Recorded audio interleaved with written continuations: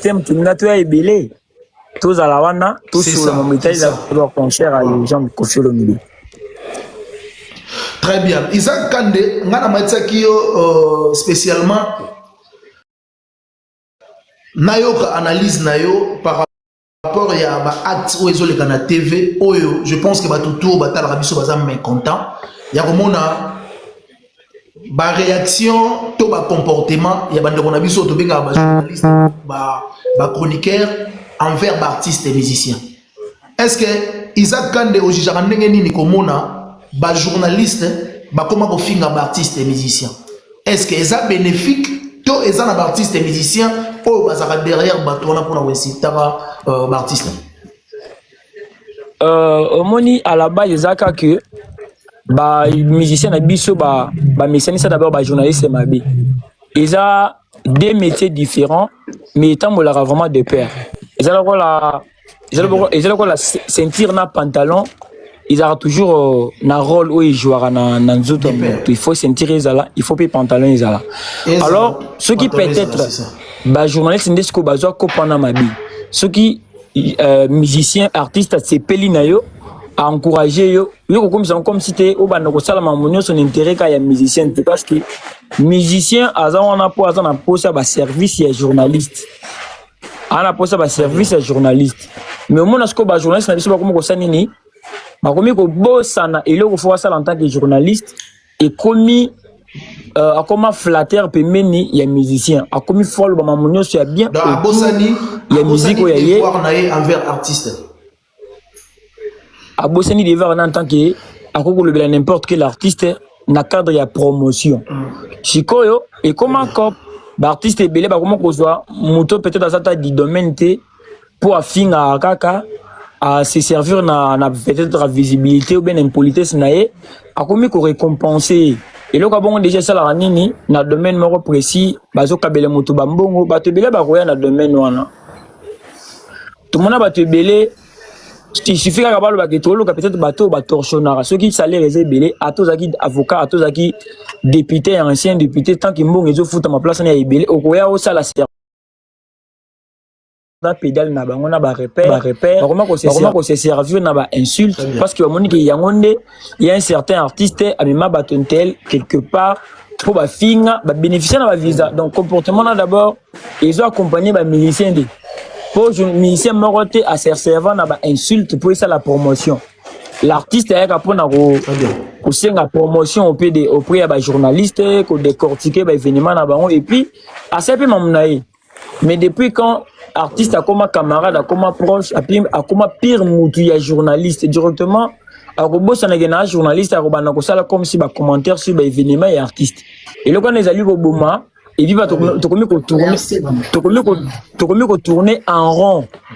Et à Kolobé Banla Moizali, mais tant que n'a pire masse et mission roboé, il faut na Bomayango, na le Belaraï. Attends en actualité, il est censé dire même des bêtises. Pour garder comme peut-être des mastanaye, il y a moutunaye. Donc, directement, métier est baby, non? Métier à journaliste et baby vraiment. Très bien. Très bien. Merci beaucoup, Isaac. Raisonnement, je pense que on raisonnait bien Makassi. Ba journaliste et ba chroniqueur, ba sani devoir na bango envers artistes et musiciens. Parce que chaque orchestre, ba ça na ba tout le monde ba engaja na sens il y a ba porte-parole. Mais bateau bazouaka lokola, je peux dire mercenaire. Ne bako bayaka na biloko wana to na bateau bazaka intégré na groupe, bako biko zala influencer. Là tu parles des bananes.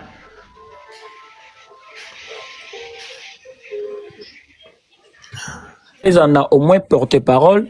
Bazan la structure non, marketing ezali, communication ezali pour que en cas où bazana likambo information na bango yebana bango bazana pour ba leka et pas ba journaliste wana pour ba pesa information et mouvement.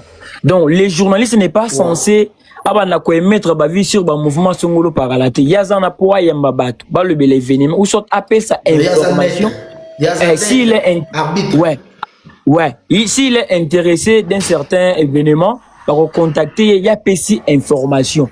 Mais le tout le monde a journaliste a vu pour y a analyste. Journaliste avant de décortiquer événement, il y a musicien au couteau à informer les amortés. nana fongola micro moi fongola micro makelele eza père na Jeff. Non. Ah, pas Jeff, kanga micro s'il te plaît. Bonsoir s'il te plaît. Non, makelele pas na radio. Soro kanga micro. Ouais, soro kanga micro kaka toto yo kanenge isa kazoloba. Po batutu ba kangi micro poto yo kai. Ozo comprendre les gens. On continue. Ozo comprendre le problème c'est que journaliste ayamba porte-parole et un mouvement moro boule parce que au lever la musique est un natika comment te nga journaliste ka pour le la musique ça dépend peut-être ndenge baza ko spécialiser musique na ba musa na ba mais les journalistes azana azo yamba porte-parole et politique porte-parole et musique parce que yende aza censé peu sa information concernant mouvement moro boule mais le comment ko somba ba journaliste et pas ba musicien komara mutunanga le bilara mamunangai et directement aza suna choix té akomata bato azo yamba il faut bato balobaka malamu ya musicien wana donc ko yamba mutu moko ko pesa pe à vie moko contraire et sunga musicien wana parce que on se sert aussi à ba critique so bazo critiquer yo te bazo komiso kaka directement bazo freiner musala na yo donc baza ba bureau basali coalition na ba journaliste et comme quand moko boyegen journaliste wana comme journaliste peut-être artiste moko bosongolo par directement promotion za livre.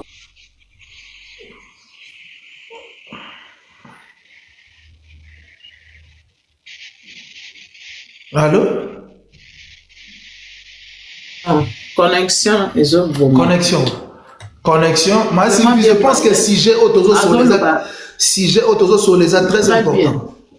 Vraiment, il y a un très important parce que on dirait que journalisme, on dirait YouTube. Des bébés si on tolo babongo mama Sylvie. En attendant Issa Kazo. Donc journaliste est comme que fanatisme, du sous moko boye, intérêt moko boye, donc il y a ko luka pe ba confusion quoi. Na me kana ko zone ça y est. Azo ko ya pona. Parce que lelo tokoloba série presse na biso ezalaki ba TV kaka ya totika na papa Jeff aloba totika papa Jeff maloba papa Jeff ko loba na yo le temps to loba moya ko zone ça Isaac papa Jeff bonsoir ngana lingo loba boye bon vous la parole bonsoir Nabinona bonjour bonsoir mais oyebi le natale titre moko boye na moni ba réflexion ba tumususu non ba twaza bitema mabe Kofi a concert na ye le 12 juillet tozala na stade Roi Baudouin bakomona ekotonda bango tembe bisonko mais namoni ba réflexion na bango o Kofi akomi mukolo atika musique azobeta sous ba concert mais dans notre état bazobosa na nyoka longo aza na concert na Zénith aza mukolo Kofi hein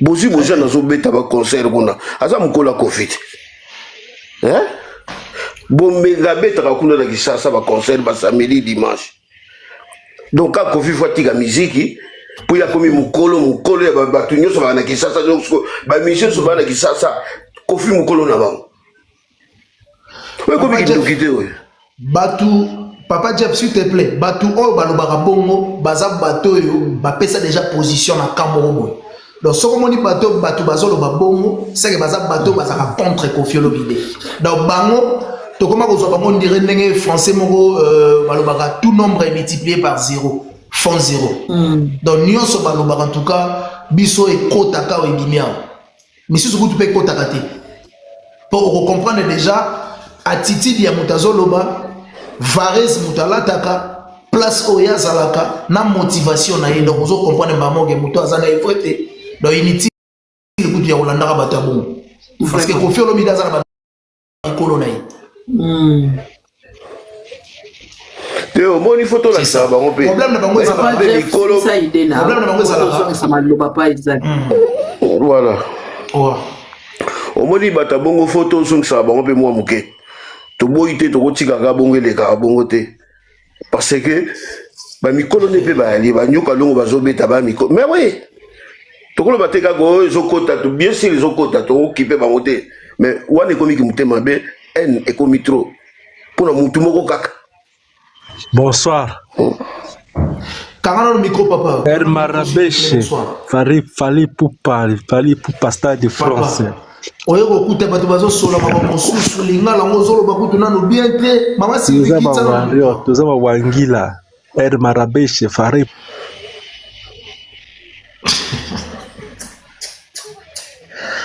koloba mo kutu nano ya pasi papa continue na papa Jeff donc Kindogi la haine à mon pao de Rambo ganga film mama silvi kosekaka te mama silvi azongi Nasalini. azongi Nazolo bagabi. Bien, nasalini. papa kita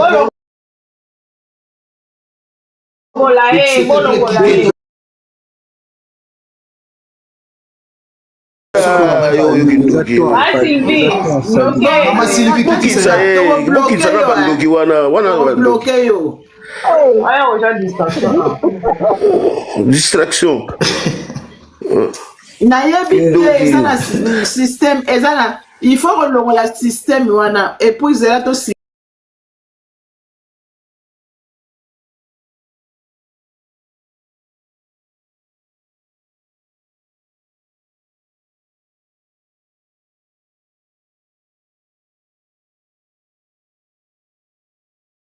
pai bakomona Kofi Azanani tapoter les lives c'est ça parce que donc, trop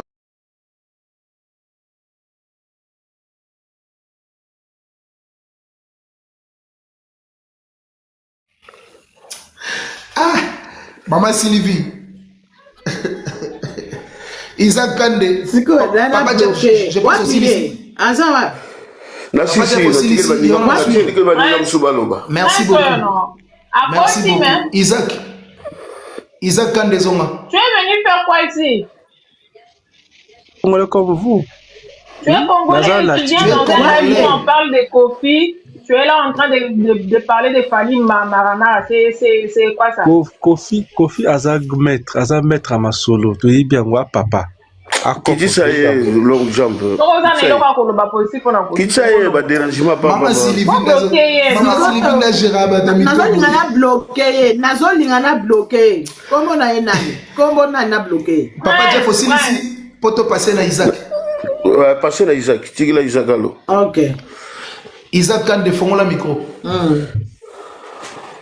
ouais long jam na landa ouais Isaac Kande natunaki yo question moko par rapport ya est-ce que tu es koloba parce que c'est to zalaka na ba écran autre ba clair ça veut dire oh ba mère na biso mami lela ba salaka ba bêtise o ezalaki te ba journaliste ba parti pris peu visible parce que même arbitre azaka équipe a komisaka mais lelo comme pena arbitre on la kisaka na za pena moto Real et puis moto Barcelone soko ye a écarté est-ce que tu koloba te lelo YouTube nde e bomi musala o ya presse.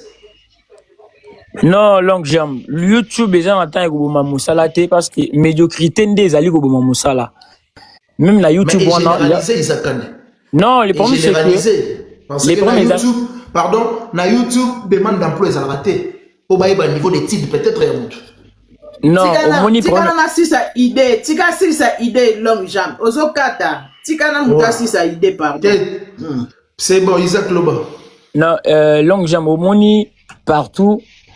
Omoni nesi na ba quartier na biso moyibi o ya quartier na moyibi ayibaka na politique bango to baba miyibi mais kono ba bien ngo détournement na quartier ba bien ngo ki moyibi normal. Très bien. Le problème c'est que na YouTube peut faciliter biso que tu peux avoir l'idée ya ko créer chaîne na yo moko mais ozana ba moyen donc aux cas intelligent aux en pertinence aux en objectif au premier moment peu na YouTube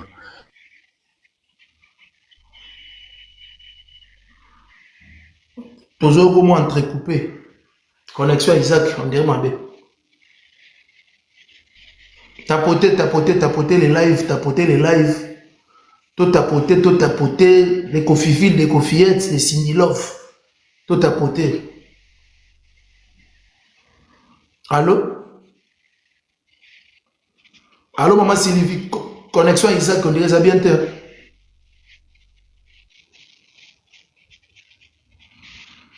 Allô, maman Sylvie. Devrait se déplacer pour place hasard, ils ont permettre de faire ça. C'est ça. C'est ça. Connexion à ma makasi. Maman Chiwas, Roba Kisanini, par rapport à sujet auto abordé. Oui, je ne sais pas, dans le Congo, on appelle tout le monde journaliste. Pour éviter, les journalistes en gros, ils quels sont comment on dit, les critères. Les critères, oui, journaliste ou bien chroniqueur, parce qu'ils appellent la chronique politique, dans le monde, donc ils ont chronique musicale et tout, donc ça existe.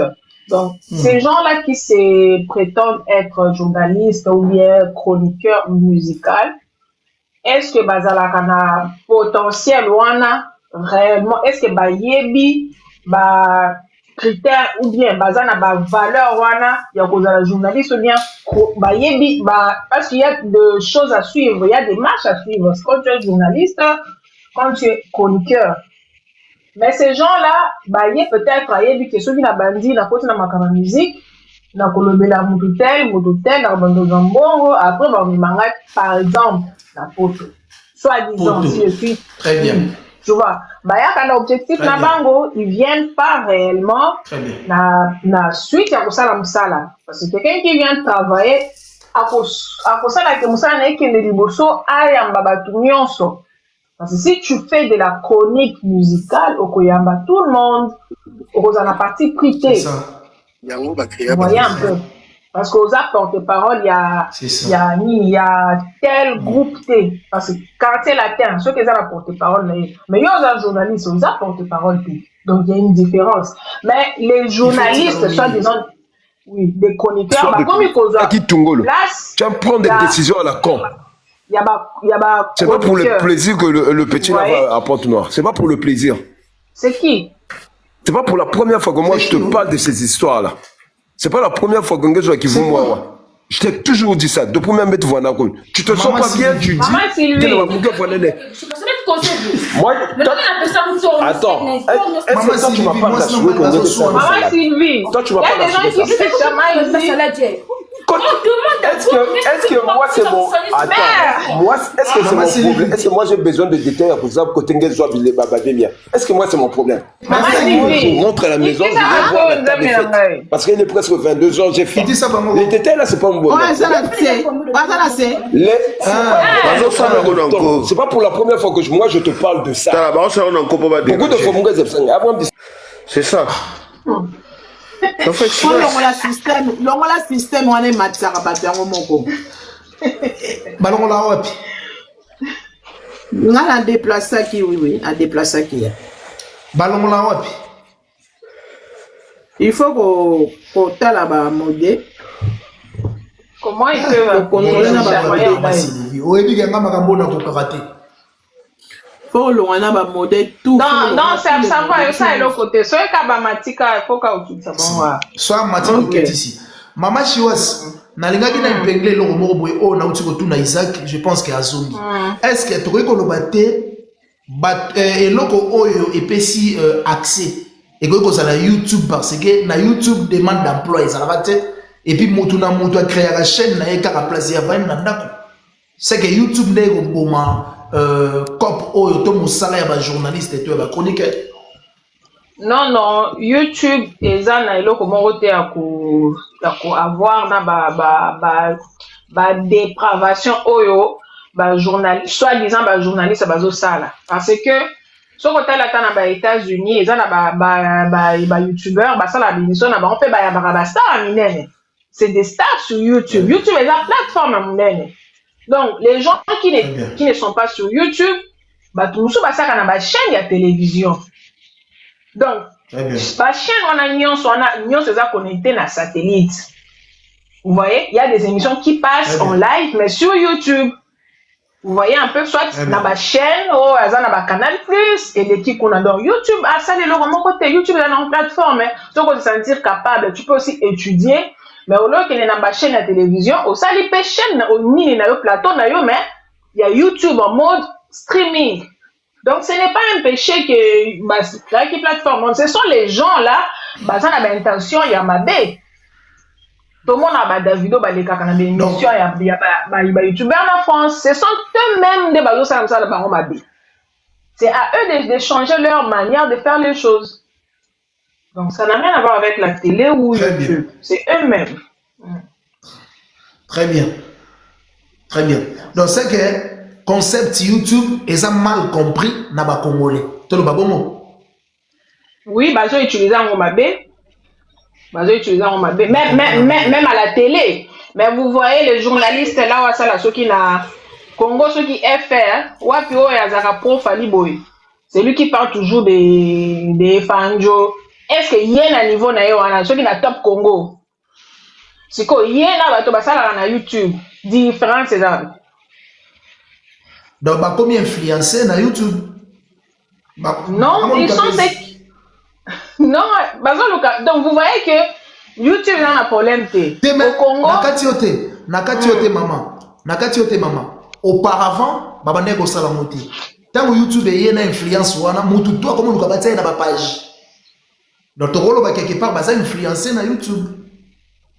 Peut-être parce que que YouTube est bandaka là, l'émission à YouTube les ara depuis kala on voyait les Akari. YouTube les ara du compte de moi connexion vendit bien. À quoi continuer? Connexion est ce que vendit. Ça n'a rien à voir avec YouTube. Isaac Konde. Ça n'a rien à voir. Faut là le micro papa. Merci maman Chiraz. Isaac Kande Fongola. Ouais, je ne sais pas, non, Ezani nango buna comprendre. Connexion na yo ça la rouge. Ah oui. Bon, longue jambe concernant affaire Oyo. Oui. Eza YouTube te. Muto simbi fali awa zate. Kanga bambanga na obatika fali calme na simbi awa. Oya stolobi komba fali awa. Bino na bazo mata abo zo go Maman Sylvie. Mais botika le ba Isakalo. Bo kipe bango te. Bango ne balingi ba victimisation, mais ici on parle de Kofi, on parle de personnes ici. L'ancien Loba. Longue jambe. Le problème c'est quoi? Eza YouTube te. Eza réflexion mutezali limité. Parce que bamoni que YouTube est pour au moni streaming lelo eza na capacité attaquer parce que télévision zozengaki aux antennes mais YouTube est côté na banda kwa batu sans audience. Donc à travers YouTube au kotinda pe réflexion na yo et komeli pe mutu.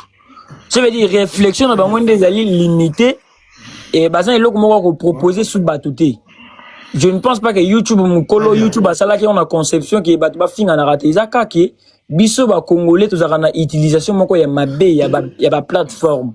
Donc tous a mal compris. Tous a mal tous a mieux placé terre au sel rababiloko parce que sotali récemment mutamaki Gims pour le bakeno si je me fâche na kopeta 10 fois Stade de France. Aza YouTuber arana chaîne télé ke aza YouTuber mais comment Gims a PC chance wana. Tant on peut aller à salaki émission na mi gagner mais mi gagner maza muta YouTube. Ça veut dire contenu na yo, ce que ça l'on bien au PC en valeur, donc au PC valeur en retour. Donc batouana tocha ba on a liste ba youtubeur mais tocha ka ba on ge baza ba meme éducation na bango ya mabe na YouTube. Ça veut dire ezalo ko la ba courager ezalo ko la mwana mobo ya éducation mabe la classe. Au moni classe de rapport à l'éducation est bien mais moi le moins n'a parlé na bango na mauvaise éducation azape teti alingi ko apprendre te. Ça veut dire c'est un enfant mal éduqué mais qui est à l'école. Au le baté que na école eza bana moko batanga bien te mais bana batanga na bango bien mais bazape accompagner avec des élèves ba réfléchir ça bien te. C'est ça le problème donc c'est exact que ce sont des moins intelligents ba utiliser YouTube mabe. YouTube na ndenge na ye azana pona ko servir mututu na ba service na il est juste là pour nous servir. L'accès réflexion na yo, l'accès objectif na yo, c'est simple. Ils a YouTube te. Ils a ba mbato baza ba mal intentionné. C'est ça le problème. Très bien. Maintenant Isaac Kande, question les sous.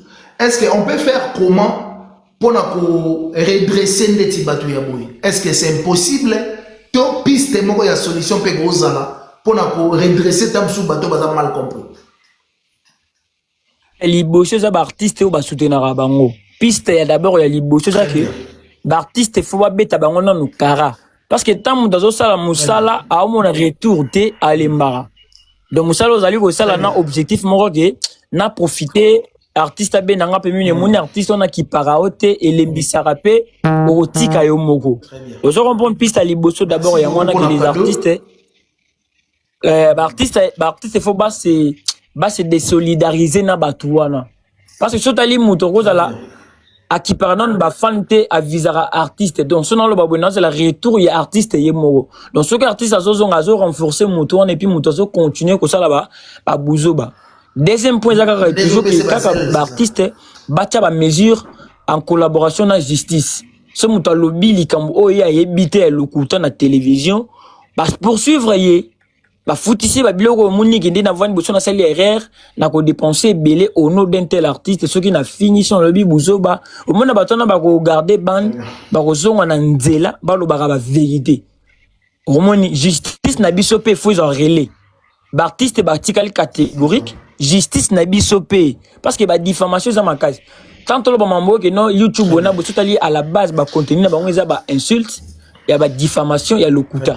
Donc, ce qui justice est vendeli batouana qui au lobby mabé, bah poursuivre yo, au subir bah sanction, bah ton bah relemba. Tout ça basé sur des vraies informations, n'a pas réflexion. Donc la base est d'abord artiste. Maman Sylvie. Ce qui est artiste, ça direct, ça catégorique, parce que à travers influence des artistes, fanatique perd Hollande influence des artistes naé. Donc ce qui est artiste a vendu à boyer le roman, fanatique perd Hollande le roman. Donc à la base, les artistes bah comment se comporter face à Batouana. Vraiment. C'est bénéfique parce que mon temps, je coupe sur le lot pour finir le mout. Le but pas pour finir le pé, pas pour ça peut monter sous. Tout le monde a un mot. Tout le monde a un mot. Pas tout sous.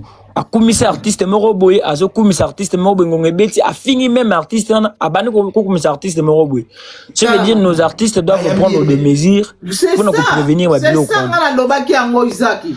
Na lobaki yango na émission. Isaac Kande Ma Sylvie na katiote, je pense eloko oyo na lobelarango même na ba live na oso na mati que gouvernement na biso ministère ya culture il faut pas protéger ba artiste même artiste protection ya ba artiste ezali proté ministère na biso na ya culture parce que Isaac Aouzolo ba artiste oui ba artiste ba il faut pas na démarche wana mais ministère na biso pe ya culture il faut protéger pe ba artiste que mutu moko wa uti neka na ndako na bango aye avandi abandi ko insulter et quand osaka ngai na lubango d'habitude artiste le la Koffi Olomide gouvernement congolais pesa et titre et ambassadeur ya culture mais et ça la ka gouvernement ndenge nini komona ambassadeur na yeba finira là c'est poser la question fort mutu yo pesa titre et ambassadeur a représenter culture ya Congo de partout à Rotambola mais batumo ba ya kapena uti ndako azana e bénéfique na Congo à part cause la habitat mais aya ka kofinga mutu obilo ko aya kofinga kofi long jambe zokanga oui ça va OK c'est bon nandolo baki gouvernement na biso na mona département ceux qui na ko benga ngoni unité ceux qui a ces sacs ils ont joué rôle na ngo bien té parce que à la base bangonde baza censé ba benda batu wana mato comment facilement mutako les gazo finga muto yo parce que culturellement parlant tout le monde le baki bato bazo pe sa culture couleur na valeur à tête autant jusqu'à 100 on ne peut pas sauter sur le numéro 5 sans parler des Koffi sans parler à artiste basala komo siko culture bino boza fier na culture wana tant ba mema rumba na biso na patrimoine immatériel na UNESCO. On a reconnu la rumba. Pourquoi? Parce que la rumba c'est une belle mélodie. C'est une musique qui transmet aussi bah émotion, bah biloko moi bilé. Est-ce que na liste on aussi faut reconnaître musique à Koffi et contribuer. Musique à Koffi et contribuer. Maintenant voir gratuitement, on est en train de marteler quelqu'un qui fait l'honneur, quelqu'un à l'étranger, bah ebi casquette au bâti la raille. Mais au Congo, bah mon agelo ko la lipapa moko boye pona ko sepelisa mutu moko boye. Maintenant culture na biso oyo, bah ozela mukolo mutango ko fo boke ndeko rendre hommage na fleur à monene. Que gouvernement que ko peut sa fleur mais à la base mutona sous votre barbe bozo mona ndenge bazo lapider mutona gratuitement. On peut critiquer Koffi Olomide parce que ninga za bongo a mérité critique pour façonner.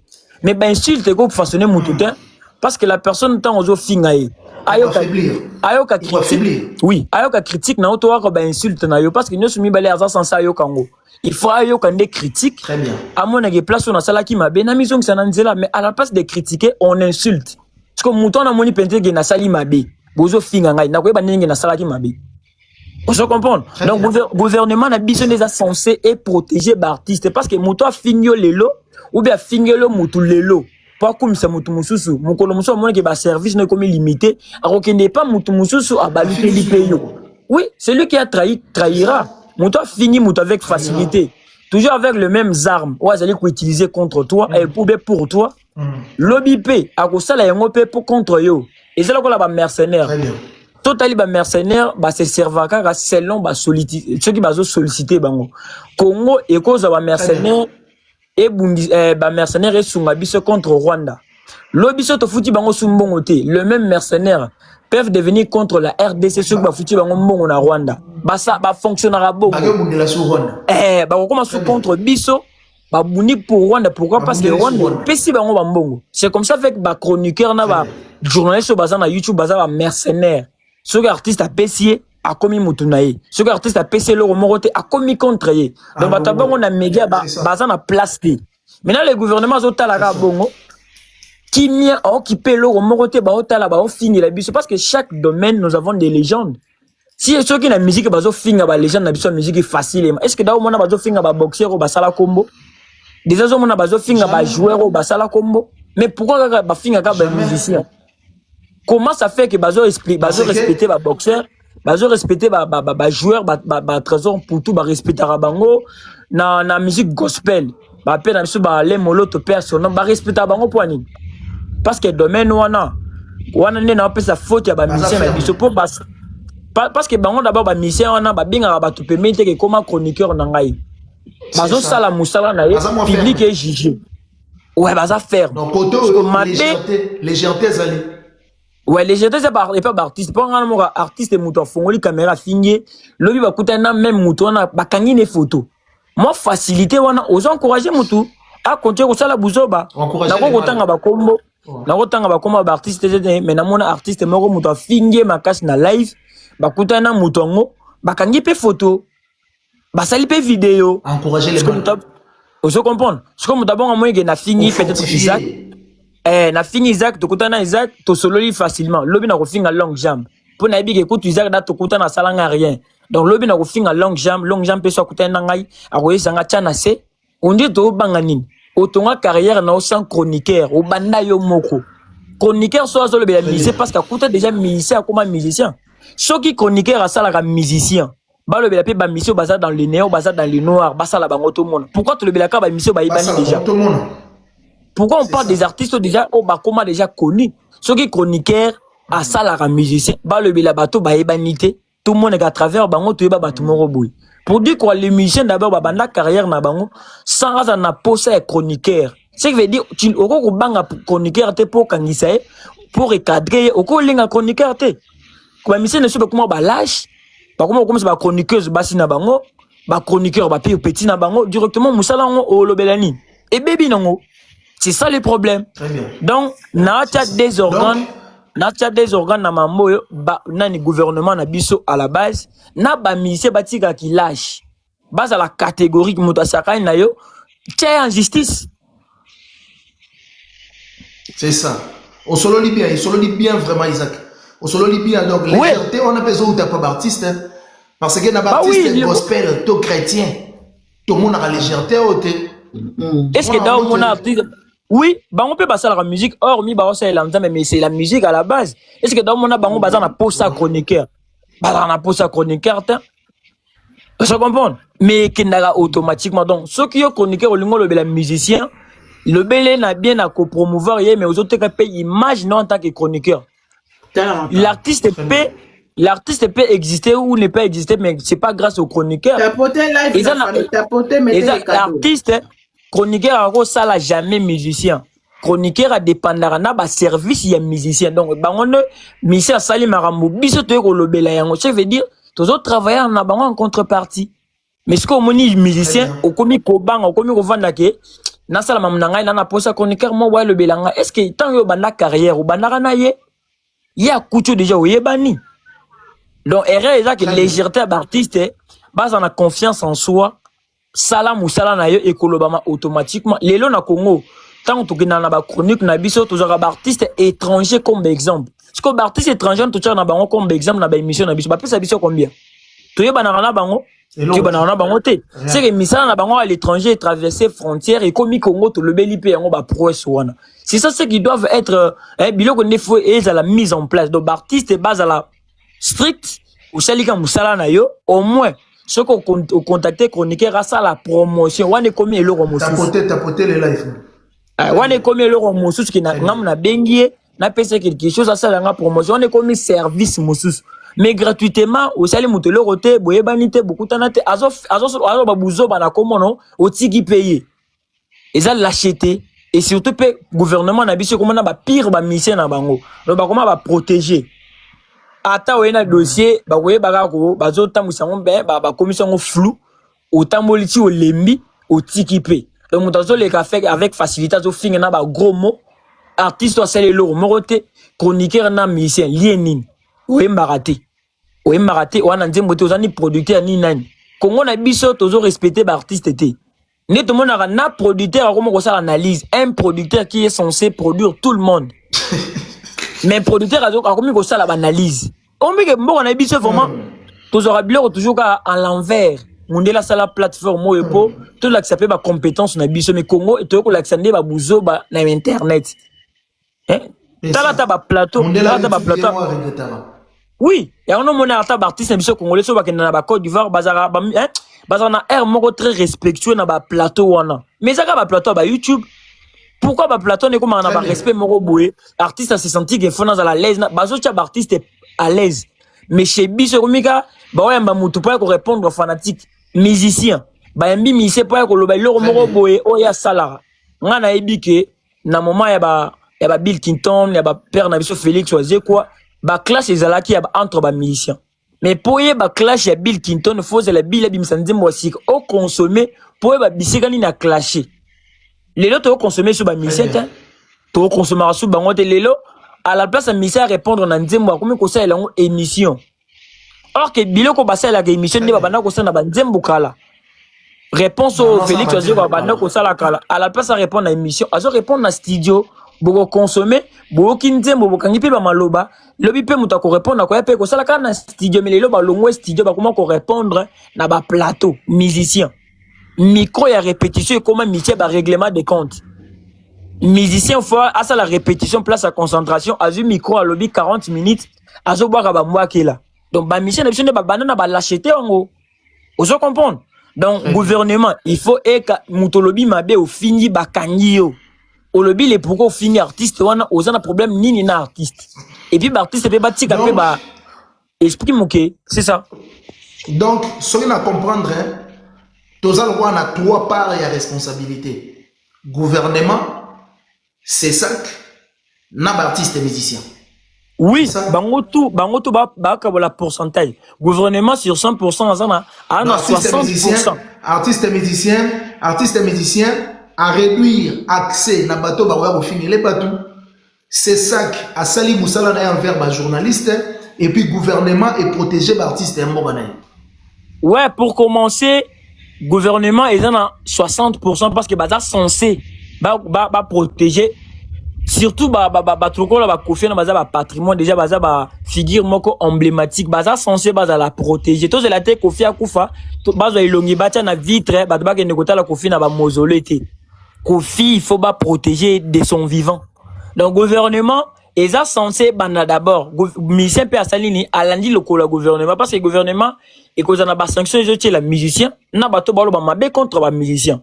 Donc, ce que musicien, ils privilégié, bah, finga, bah, collègue, na yo, yo peut aussi pas sanction. Donc, gouvernement, faut banda.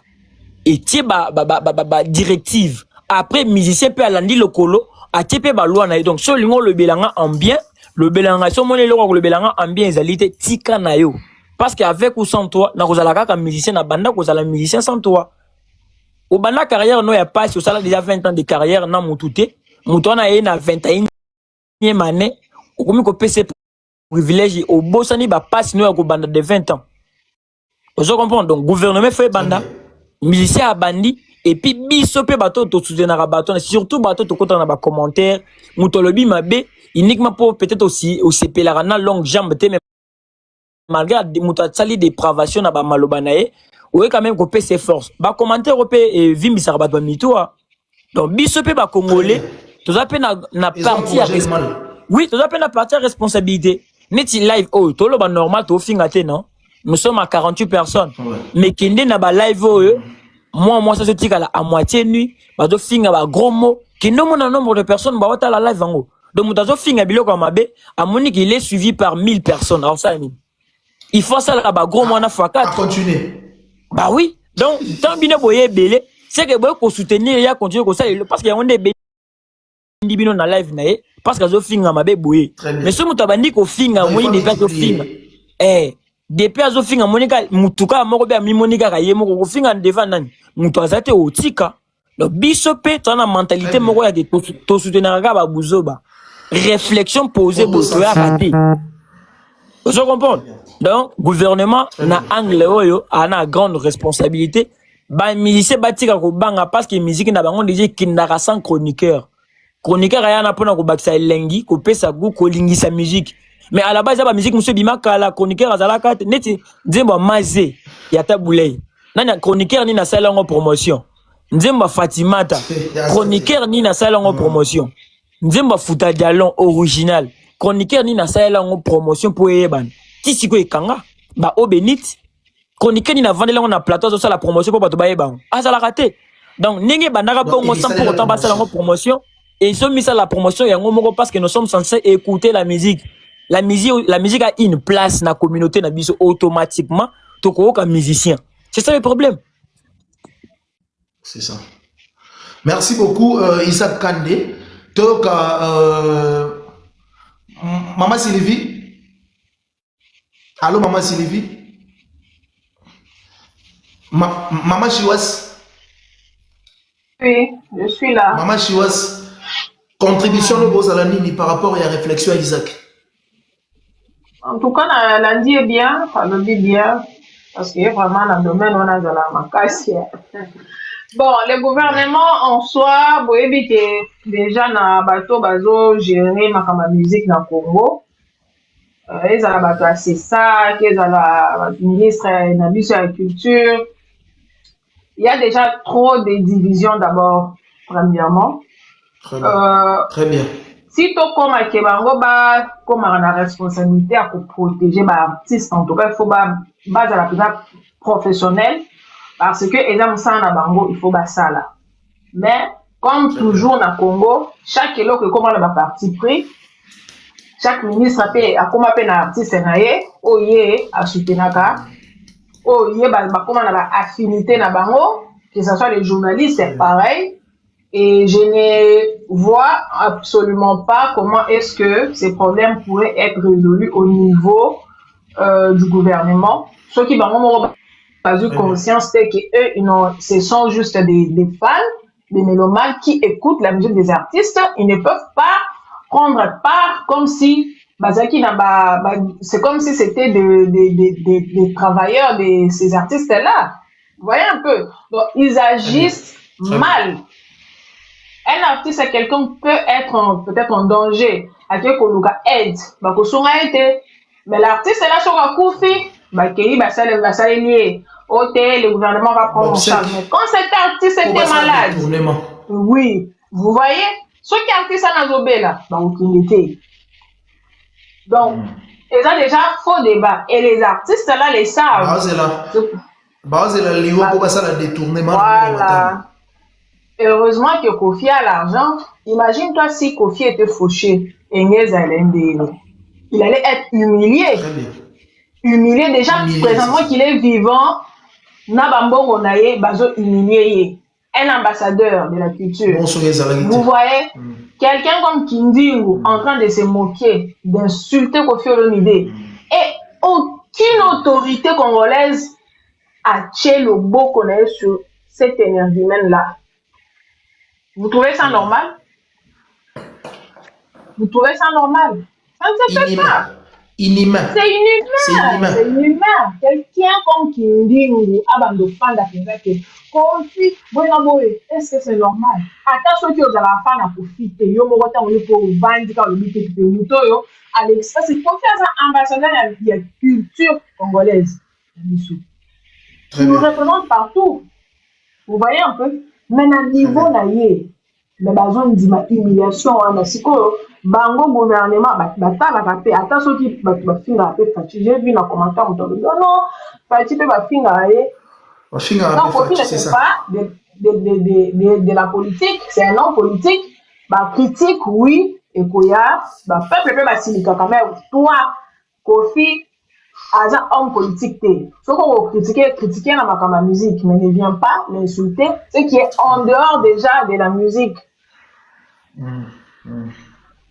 Bon, même si ces artistes-là, Kofi Azana, journaliste après Kofi, il n'en a pas.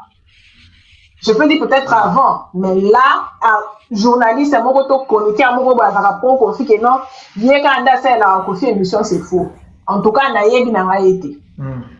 Que ça soit Papi Mboma, je ne vois personne au Azaraki. Lui, c'est Kofi. Kofi n'en a pas.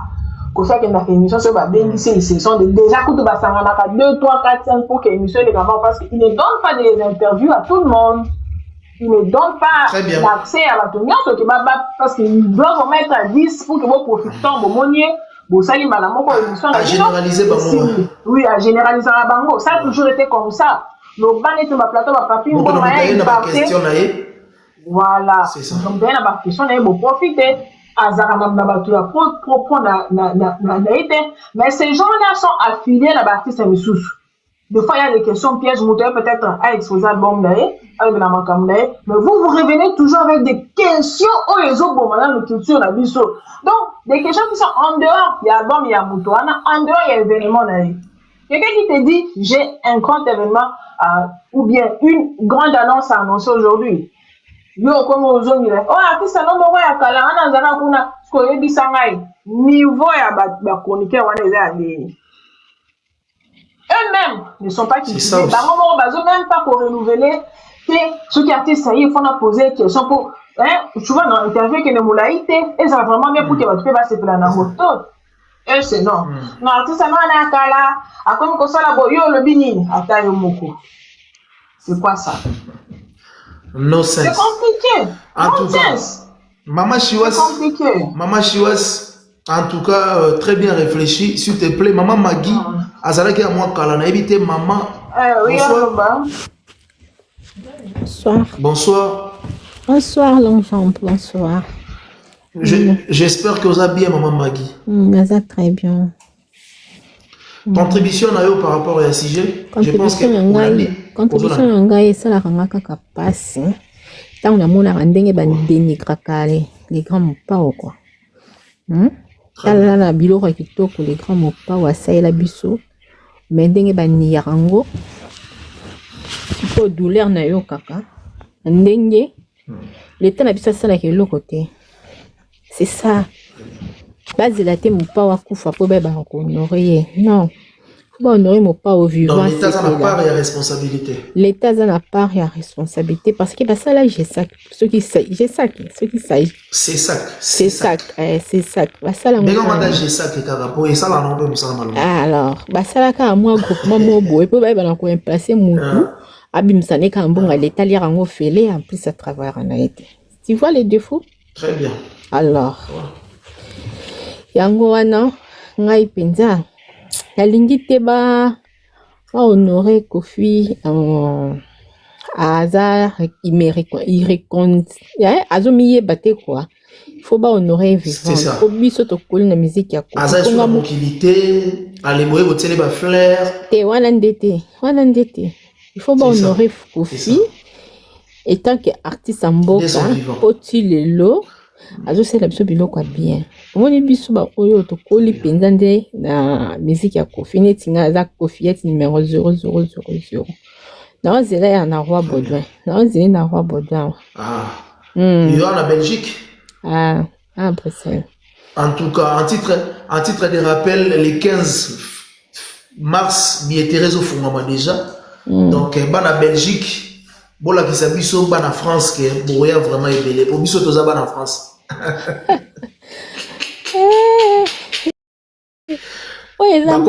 bakomisaka mwana France bakomisaka mwana France et papa po bafingaka oyo ntongo bidi pourquoi akomisaka jika vraiment papa boye vraiment azaka mbite ya mabe akomisaka mwana poto ozala na ye mpe fidèle wana balobi ya solo ya bana France balekaka bana Belgique na ebele na baconcert bayaka mpe ya mombondo et puis la motivation mais boza monene biso pena dans tour olakisa biso te mais tokoki kozala monene mais biso nyonso te nde France mobimba kosomba rien bino mpe bolakisa biso ke Belgique mobimba bosombi mpe bolakisi ke toye mpe boyambi biso ondire biso nde toyambaka bino na bino bana France bayamba nde bana Belgique donc chambre tobima na sujet te s'il te plaît mpo nga nayebi bafrançais bato lokuta olobaka na telefone soki tokomi na France bomonanaka te okabaka te bolelaka lelaka même na ING bana France bazalaki ebele ke bana Belgique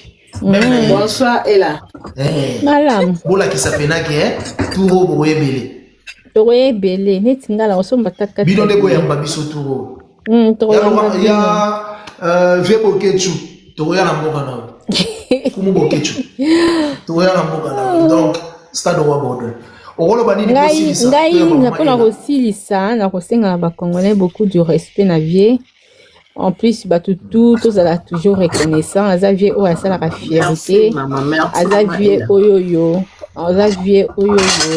donc faut honorer abongi na bonheur révélé donc c'est ça quoi tozela ya kufa te po topesa ye bahonneur na ye wana faut tobanda kohonorer vivant bato bafingaka ye ntuka nasengi pardon aza vie aza papa donc beaucoup du respect na vie donc c'est ça quoi. Merci beaucoup maman Magui. Bientôt les 12 juillet aux en Belgique wana et au Salvador Makasi. Maman Ella bonsoir.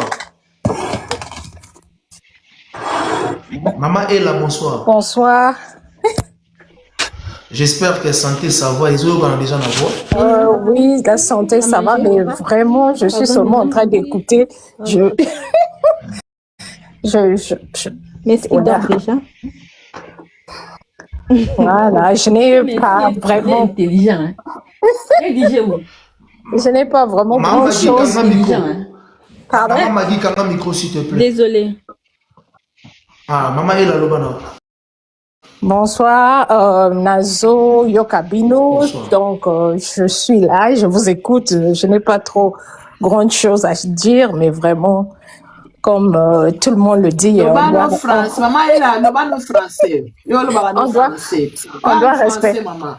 doit respecter le grand Mopa. Vraiment, c'est je ne sais pas pourquoi les gens n'ont pas du respect envers ce grand monsieur qui fait des bonnes choses et des grandes choses. C'est incroyable, mais vraiment, comme vous le dites, il faut que les gens prennent les décisions. Même les musiciens eux-mêmes, comme vous l'avez dit d'ailleurs, ils doivent savoir ce qu'ils vont faire. Ce qu'ils doivent faire, ça c'est vrai. Hein. Il faut bailler ça là parce que il faut qu'il y ait le respect, quoi. Très bien. Ouais. Très bien. Merci vraiment pour l'intervention Nayo. Maman est là, très ravie. Maman Sylvie Mode Oro Bagisanini Poto Bandozo Masunasi.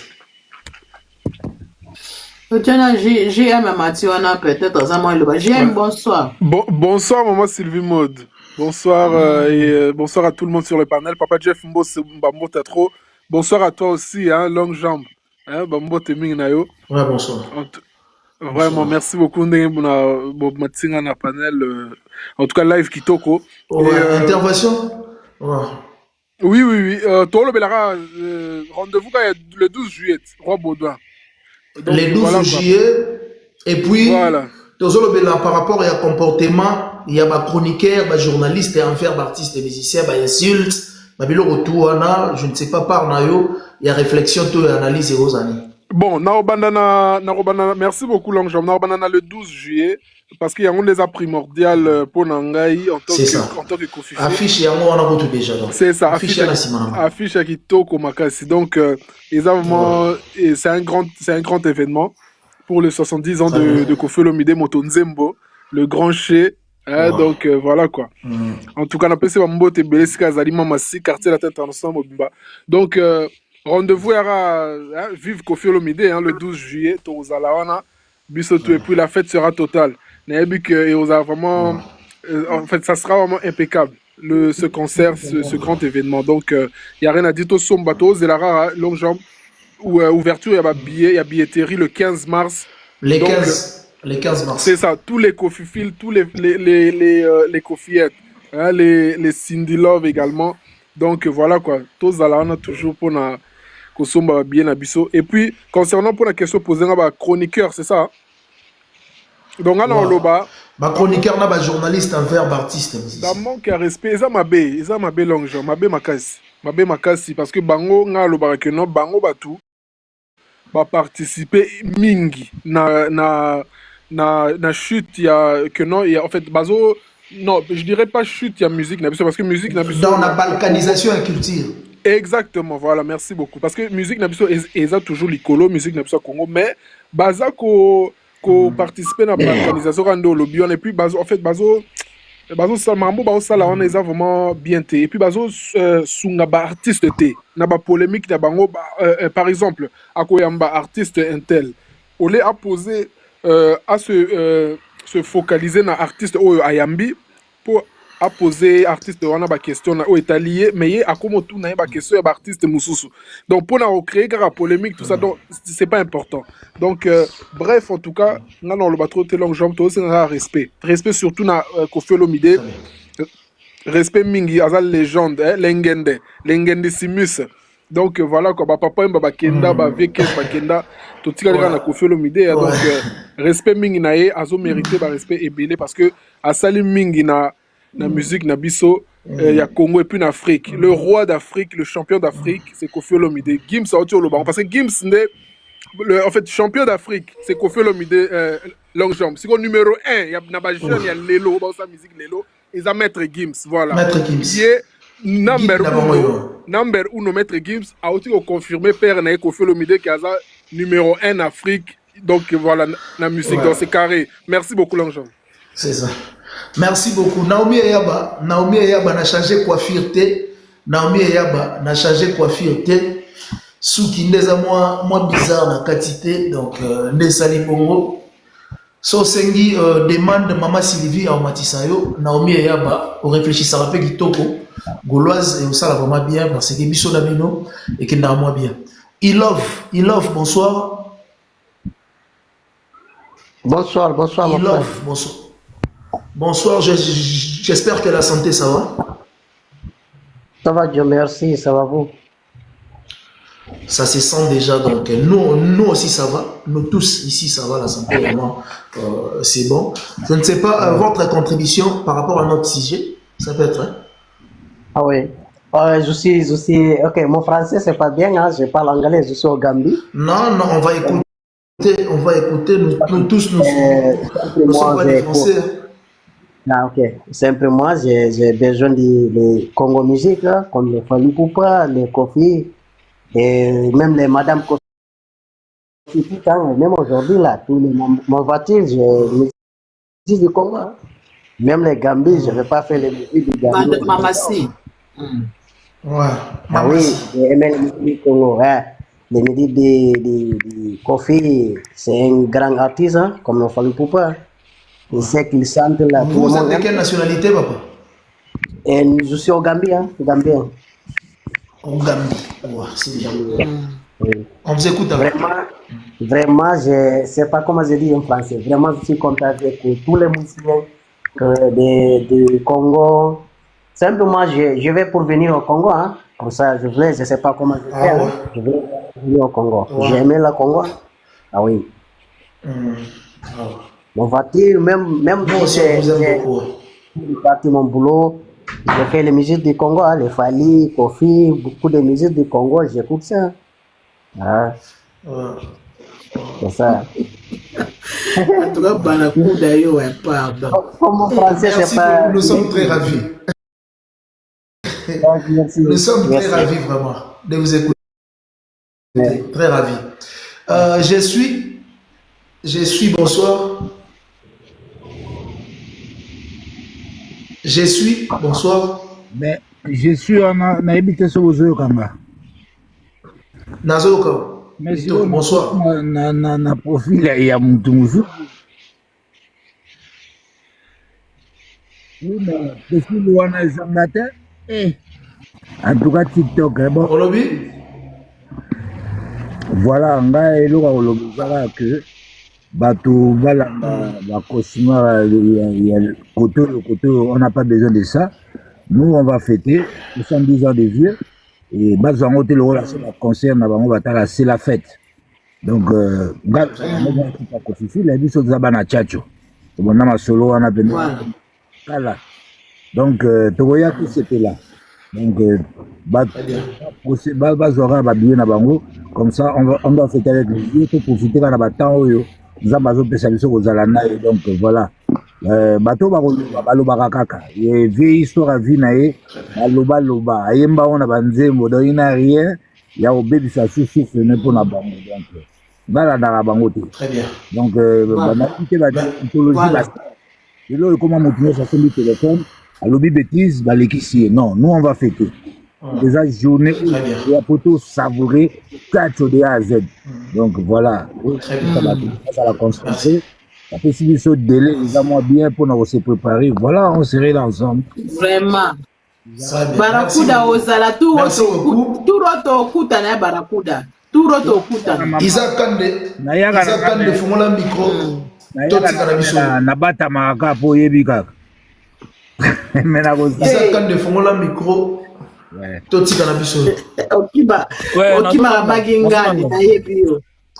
Ouais, Isaac Kande, je pense que dossier il y a autre solo là.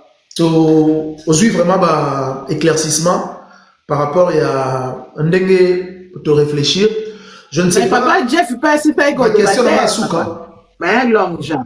T'es Papa Jeff déjà c'est ça. Papa Jeff tout dans le bagi au kitsanawe. Papa Jeff dans le bagi au kitsanawe da si c'est kala coûte. C'est que yo tango de déplacer qui. Oyoka Papa Jeff te. Isaac Kande. Toka bwana biso déjà na Isaac. Isaac Kande, allô? Ouais. Isaac Zela. Isaac Kangana no Papa Jeff abakisa. Bon to clôturer la voix. Papa Jeff. Donc nali koloba boye biso le 12 juillet. Isaac concerté. Mais ça fête na biso. Anniversaire. Tokoya tokola c'est bien pour les fêtes. Ils ont concerté mais ils ont fait du retourne de ça. 70 ans il y a mon bao, c'est pas donné. 69 mais 70. Tokoya na bakoko na biso, tokoya na bana na biso. Toko chape ba mesa toko vanda. Piste on est aux ana ba mesa. Ko fifa ça longo bongo ba mesa na to vanda na ba parce que c'est anniversaire. Gâteau ambalo to kabolongo biso tu ata muke to kolia to koya pe na bakado na biso confiance tegela biso pe moment groupe batla batu basindi love ba ina ya bango to ya pe na bakado na bango maman c'est la lobby qui dit ça donc on a zaino ya lobaga ya ngwana. Merci beaucoup Papa Jeff, bien parlé. Très bien Papa Jeff. Merci Papa Jeff. Merci bye. Photo et la photo le midi bakado au sala bien maman Sylvie maman et la mobimba o baba no mo bakado maman et la mobimba Isaac Kande fongola. OK merci ouais. Longue jambe non là ouais. Isaac Kande pour clôturer na yo je pense que na yo temps vraiment ébélé. Isaac Kande je ne sais pas na autour na yo question o batebele ba se poser ba question jour et rencontre na yo na Koffi Olomide particulièrement yo moko et ça là qui on dit comme na musala o salaka nzoke za un artiste mo ya monene à apprécier vraiment bien parlé. Ouais et les problèmes d'abord il a dit que ça montre que l'artiste Koffi Olomide banda carrière nga isa ko na ibité so na zaki na mokili mais tant qu'il y a c'est juste pour montrer que Azara a besoin de biso et développer sur tous les plans dans le domaine. Et il a accepté moi exception na mambo tozali parce que na mambo tosala rapé oyo bato ba fingara bazali bato ba reconnaître rapé bazali donc là je pensais que il ne peut pas s'accrocher na bato ba fingara mais exception pesa la wana pour la que ça mokilike en lien et place au bato ba fingara mutu pe asala mambo sans insulter pe azali donc d'après moi ezaki pona ko booster ngai pona ko renforcer moral nanga que ce que je fais naza vraiment na droit chemin na continuer à la place na finga pe bato bachangaka ya monique tu peux travailler tu peux te faire connaître uniquement avec ta réflexion avec ton intelligence bato pe batali pe bayogi pe yo c'est que à l'axara qui bato pe bakolanda en quelque sorte aïe ça qui peut forger bah oui parce que à l'axara et ça que bato a prouvé que bato bakolanda pe nzela nanga sans insulter et puis bato bayebi bango parce que Koffi Olomide bon Congo ne tozo moneka Koffi Olomide parce que tobi ka vendre na Montfleury tobi couleur à mutuka na ye mais ce gazaki un étranger tout le monde to sipelana to sipelana ba lac du B ne tout le monde ba Yusundu ne pe ba mona rapé Koffi Libanda c'est normal de balba que nul n'est prophète chez soi n'est tout le monde rapé mais musicalement parlant Koffi a n'importe qui té aza vraiment ngomba. Il reste l'histoire en marche et l'histoire vivante. Pour le moment, à comment que ils ont la moinat papa nous da daya mais papa ba voisin à comment côté ma place na pour représenter camarade na. Donc Koffi représente ba légende ba kufa. Ba o bazara sou vivante et à comment ko remplacer bisika na bango parce que bango ba sauter. Donc à comment vous la charge ya bateau bazalate na ba o ba kutaye na ba o ba ko kute donc Koffi na ba neti ba génération ba inos bi bazalo ko ba koko na. Donc c'est quelqu'un oyo kokota na enanga j'ai aimé parce qu'il a boosté nga a imposé peu respect sur mon petit nom qui était petit wana peut-être banda ko moni na bandenge mo mais déjà kokota na Koffi et comment et comme sur histoire a tie couleur na histoire na ngai il a mis une couleur il a respect CV Koli donc je ne pense pas qu'il y aura un artiste à banaliser comme on a bien peut-être à moninga ba moninga loroté ce que boyinga c'est que Koffi déjà ndima eza kwa moto yo Ose la pasteur a validé, mais Nzambe déjà validé. Koffi, moi, on a checké vraiment. Azal numéro, Azal kuna numéro. Il m'aura mis bien hors série. Il n'a pas de numéro. Hors série. Beaucoup de temps, et boosté, et puis après, singa ba conseil. Ah bon? Vraiment. Tu peux me recadrer, mais dans la politesse. On mérite aussi ma critique ou mais na politesse alors est-ce que la ndara nzela na yo okoma ça na ba respect envers tout le monde c'est donc après c'est nga apprendre nga ba bonne manière qui n'a ko déraper sur artiste et musicien parce que a eu valeur en musique a eu importance en musique donc quand on a na ye booster nga puis excusez Isaac excusez s'il te plaît a ebisio que malgré kutana na Koffi Olomide mais ceux qui disent que Koffi Bimi place moi aux senga au la critique ou critiquer pe.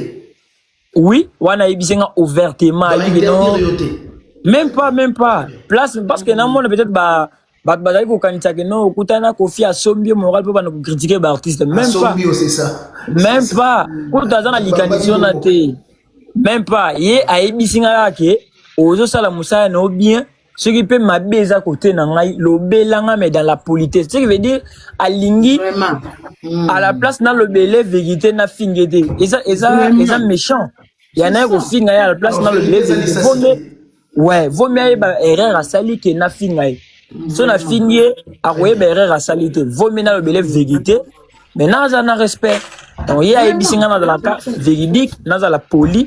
Ouais, place morote isinga bana okumisa ngai finga boy perso ayebisinga lo wana te ping moi je ne peux pas être complexé que na moni erreur à Koffi Olomide fona lo belepo et sunga payer akoye bandeni ga sala erreur mais venir insulter qui na fini mutu moko boy pour Koffi au début je n'ai jamais insulté na ko bana ko finga pona kutana Koffi là d'abord na so baby ça image na ko baby c'est d'abord vraiment d'abord na obebisa d'abord image ya Koffi à la base na obebisa d'abord image en tout cas Isaac Kande réflexion on a sepelé na makasi Et ça, même quand on a kutana Koffi Olomide. Ça veut dire qu'on a travaillé dans le quartier latin, mais Koffi Olomide a eu coïncide takati. Il faut raisonner à kaka, na intelligence au raisonner à non. Long jump, tout ça n'est pas long jump, tout ça n'est pas exemple Moroboy. Ningue Nazaboué, n'a peut-être na président Fatih Béton, président de la République. Lobby nango bakanga na koyiba soso. Image bébé izana en premier, il y a président. Il y a président. Parce que il y a le donc il y a benginga à encourager ngai na baki na lobara bien ou bien na sala mambo bien. Lobi ba kutinga na ibi soso directement ba mais président azana ngeni na kotana moyibi. Donc ngapé na ko finga mutute pour na ko se faire aimer pour se faire voir pour na finga directement na zo baby sa image ya Koffi se veut dire na monie mutu pamba akuta inanga encourager ngai mais ngana bandi ko finga directement je ne lui ai pas respecté parce que ça na ba conseil à pesinga donc nga fona respecter Koffi Olomide pengisa ki onanda po o insulta raté mais pour raisonner. Donc c'est qu'il faut continuer toujours qu'on raisonner. Bah oui, comment yo kutana na mutu zaki na angle moko boy, okutana mutu changer ba morceau veut dire ozaki na obongote. C'est qui lui a poussé à kobenga ngai ezaki réflexion na ngai. Na ko continuer na ba réflexion na nga na ko tikate. C'est ça c'est qui lui avait poussé de m'appeler. Na ko continuer na yango. Et que ça influence morote na changer na comment ezapé pas c'est pour je suis aussi suivi par ma famille. N'a ne finga gratuitement pour attaquer Koffi Olomide au pesa combien pour na sa dignité, na personnalité, na réputation na ngai. Ça vaut combien la personnalité, na dignité basomba ngote. On n'achète pas la dignité. Peu importe le nombre ba mio ba repesa yo, etikali réputation, etikali dignité. Je comprends. Pour ne rien au monde, na kale famille non. Isaac Kande, réflexion na yo concert et artiste Koffi Olomide tango yokaki annonce na live et artiste Koffi Olomide que le 12 juillet à Ozala na stade Roi Baudouin. Omi Lobela Guinée, tu te disais quoi? Bon, on a mis Lobela qui d'abord que Koffi Olomide a tiré exemple à suivre pour na bateau balingi ba réussir ne peut pas évoluer. Parce que AGO l'artiste Koffi Olomide azanango, il y a des artistes bakuti Koffi. La musique, bah sali succès, la musique, bah silipé avant Koffi. Maintenant, nous bah bêta à ta place 10 000 places. Voilà. Je comprends. Il y a un bateau, il y a bandi carrière na ya Kouti Koffi, donc à s'inspirer na Koffi, il y a bandi quoi pas sur l'influence à Koffi, à sili avant Koffi. Maintenant, nous bêta place à 5 000 mais Koffi avec 70 ans d'âge, a bêta place à 50 000 places. C'est pas donné à n'importe qui, hein. Parce que tout le monde a que le fait de jouer à l'étranger dans un stade, il y a qui exploite, mais Koffi le fait vers le soir de sa carrière. Parce qu'il y a Koffi à coller, il y a le Koffi à souka. Il faut essayer, mais il faut mettre à Moutoukaou. Il y a le Koffi à souka, Koffi, il faut essayer, mais il faut quoi c'est mettez les cadeaux tapotés. Parce que ceux qui ont raté, il y a quoi, ils ont bundana ringo, tu as la place comme moko.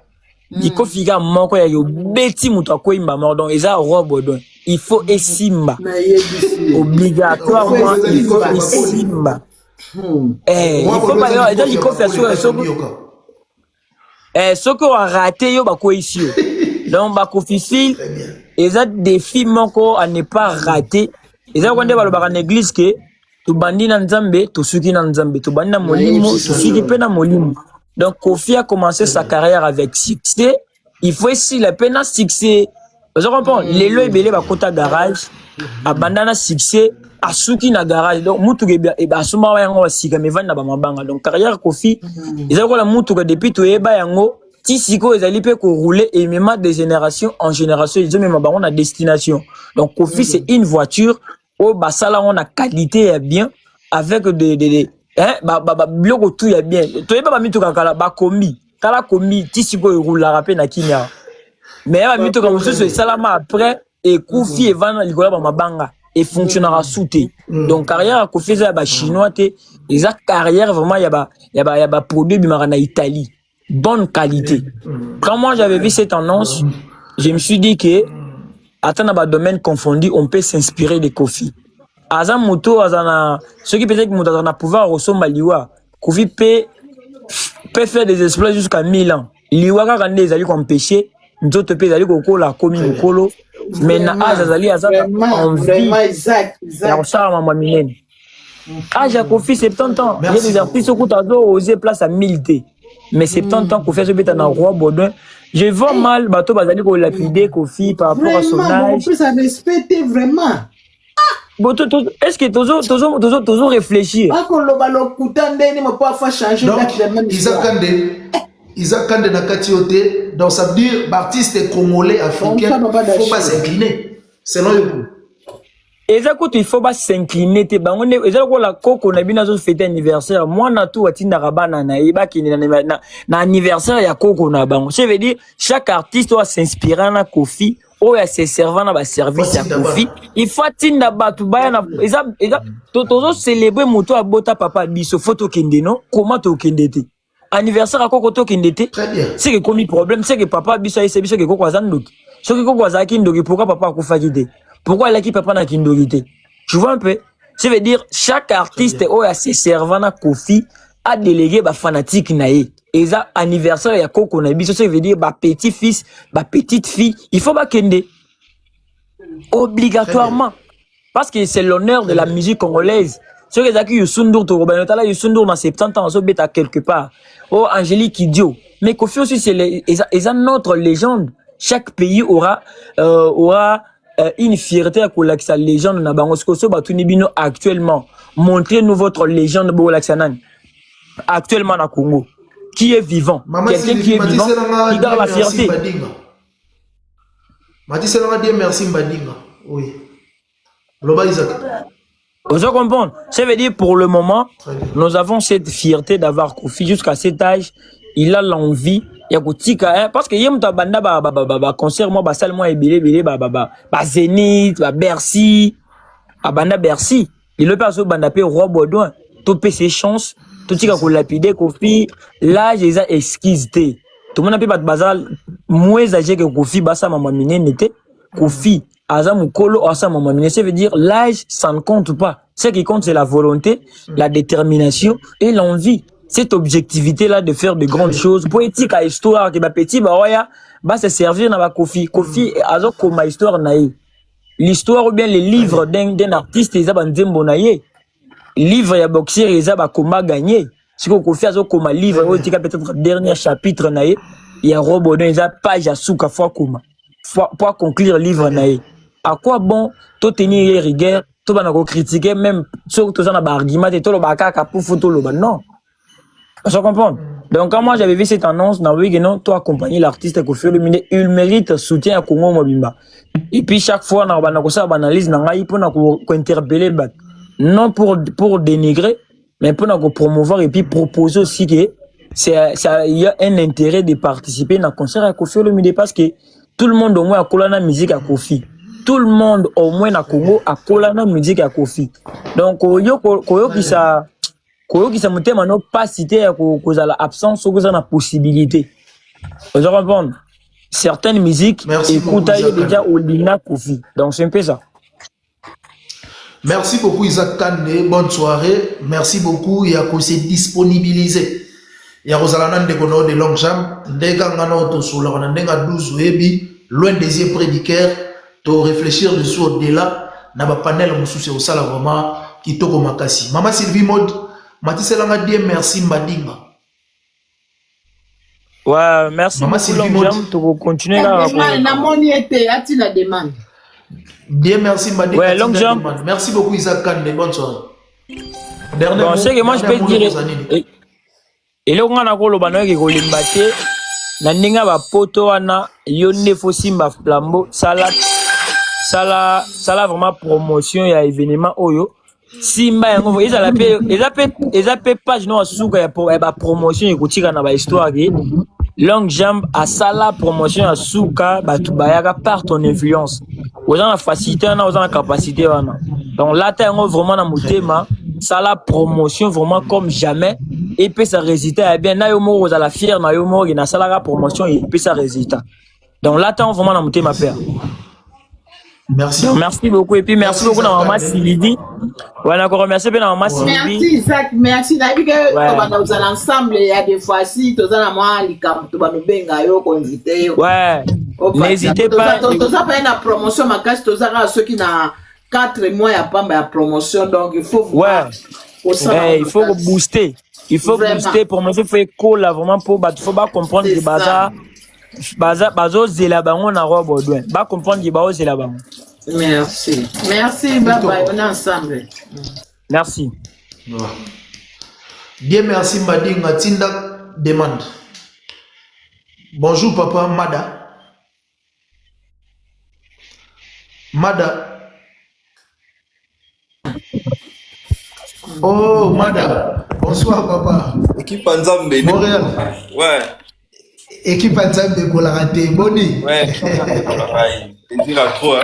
Ouais. Qui donc on appelle à ce pays comme on a eu Missanara. Moi, Kala. Ouais. Je na moni on a bien chapé moi le batara là ya molobela mon pao long jambe. Ouais.